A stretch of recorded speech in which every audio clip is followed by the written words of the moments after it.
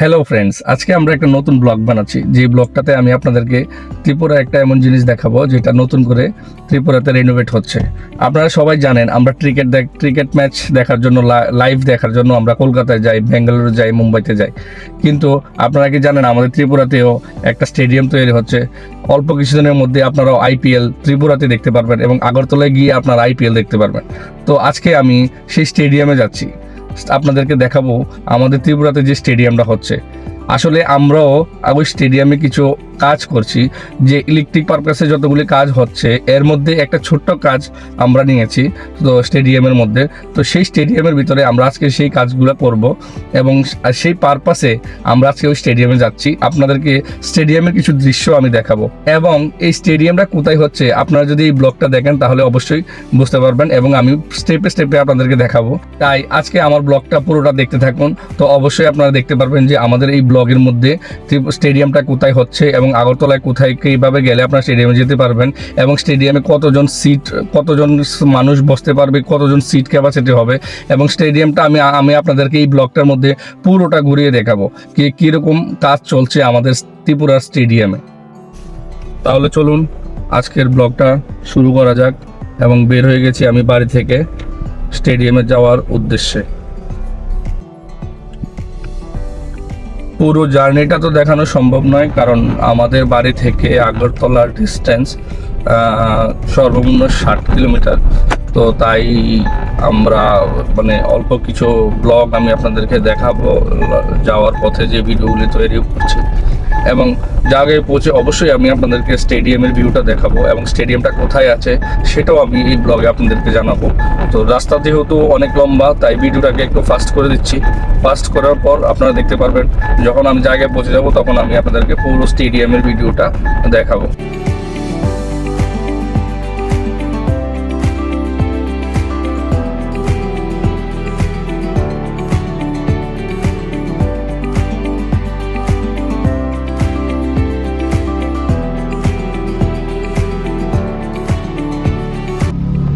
বন্ধুরা, যাওয়ার পথে সকাল সকাল বেরিয়েছি তো কিছু খাওয়া হয়নি। তো এখন আমরা যাচ্ছি শেরওয়ালিতে কিছু খাওয়া দাওয়া করবো। খাওয়া দাওয়া করে আমরা সামনের দিকে যাব যেখানে আমরা স্টেডিয়ামের কাজ চলছে ওখানে। আমি যেতে যেতে আপনাদেরকে বলছি স্টেডিয়ামটা কোথায় এবং কোথায় পড়ছে।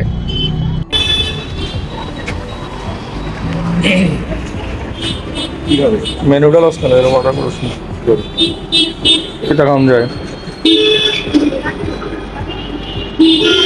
ওই সেদিনকে খাইছি যে এটি এলো ডোসা, হ্যাঁ মশলা ডোসা।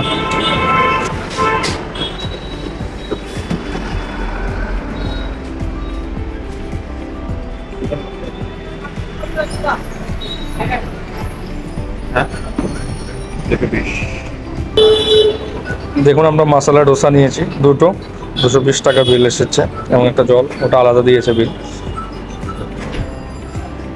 এটা হচ্ছে আমাদের আগরতলা শেরওয়ালি। এখানে আপনি সাউথের খাবার অনেকগুলি পেয়ে যাবেন, অনেক আইটেমের সাউথের খাবার এখানে আপনি পাবেন। সেলফ সার্ভিস দেখুন, রিসিটও দেখাতে লাগে।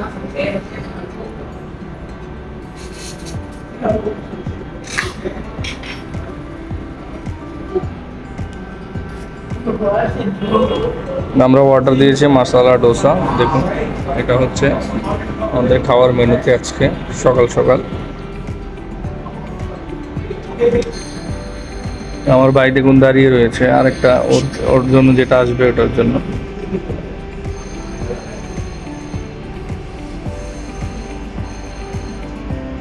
শেরওয়ালিতে যারা আসবেন এখানে কিন্তু সেলফ সার্ভিস, ঠিক আছে, সব নিজেই করতে লাগে, নিজেই নিতে লাগে, ওদের কোনো রেসপন্সিবিলিটি নেই।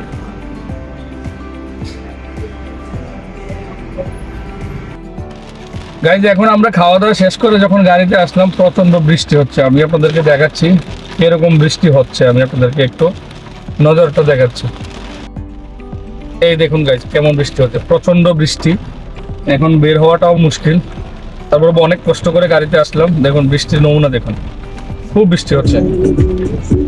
তারপরে কিছু করার নেই, আমাদেরকে বেরোতে হবে, এখানে দাঁড়িয়ে থাকলে হবে না, তাই আমরা বের হয়ে যাচ্ছি।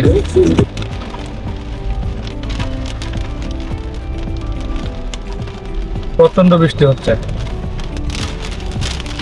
আমার গাড়ির হুইপারে কথা বলছে, কত স্পিডে দৌড়াচ্ছে বৃষ্টি।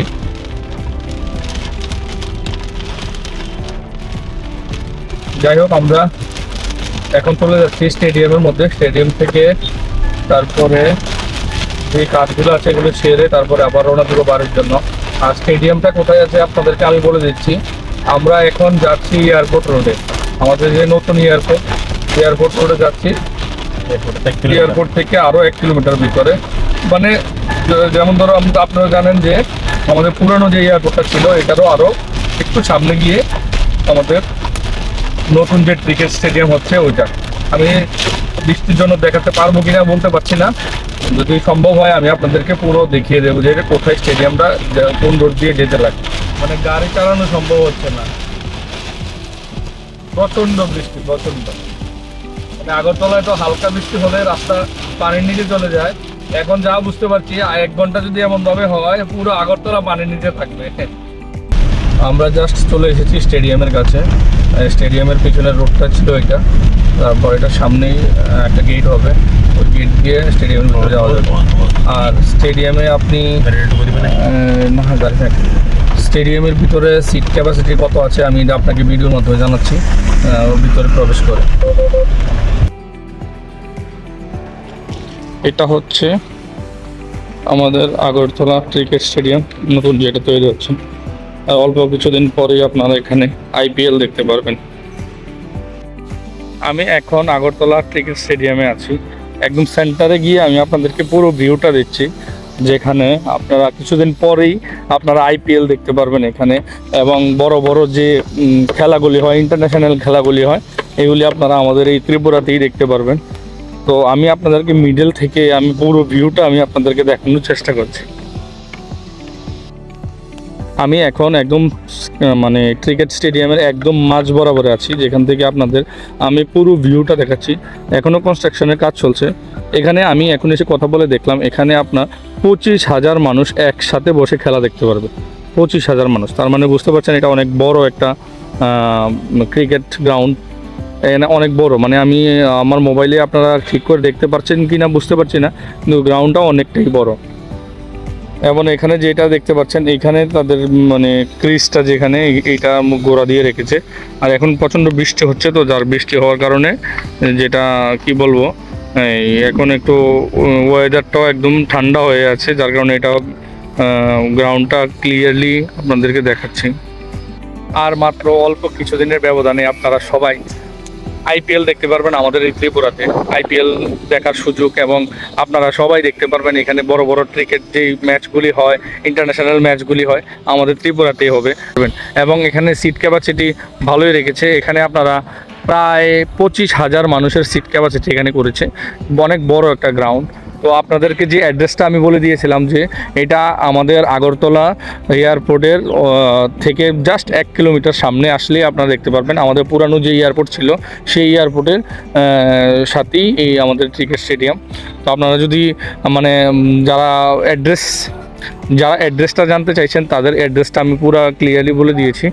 এখানে এখনও কনস্ট্রাকশনের কাজগুলি কমপ্লিট হয়নি, এগুলো কমপ্লিট হয়ে যাওয়ার পর তারপর রেনোভেটের কাজ শুরু হবে, কারণ এখনও অনেকগুলি সাইড আছে যেখানে এখনও কাজ চলছে।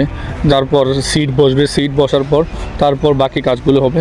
এখন আমাদের এখানে যে কাজটা ছিল সেটা হচ্ছে আমরা ইলেকট্রিকের যে ট্রান্সফর্মারগুলি আছে ওগুলি সেট আপ করবো, প্যানেল সেট আপ করবো, বাকি যত ইলেকট্রিশিয়ানের যত মানে হেভি যেই কাজগুলি এগুলি আমাদেরকে দিয়েছে, এগুলি আমরা করব। আপনাদের সবার ভালোবাসায় আমরা এই কাজগুলি এখন পেয়েছি। এইখানে যে এই সিঁড়িগুলি দেখতে পাচ্ছেন এইখানেই সিটগুলি বসবে, এখানে সকল ধরনের সিট উপরে নিচে সব ধরনের সিটগুলি এখানে বসবে।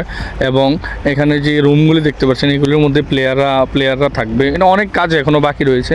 তো এই কাজগুলি শেষ হওয়ার পর আপনারা সবাই মনে করেন ত্রিপুরাতে খেলা দেখতে পারবেন IPL। ফাইনালি আমরা স্টেডিয়াম থেকে বের হয়ে গেছি, এখন বাড়ির জন্য রওনা হচ্ছে। তো আজকের ব্লগটা এখানেই শেষ করলাম। আপনাদেরকে স্টেডিয়াম দেখাবো বলেছি, আজকে স্টেডিয়াম দেখালাম। তো আজকের ব্লগ এখানেই শেষ করছি। ধন্যবাদ সবাইকে ব্লগটা দেখার জন্য।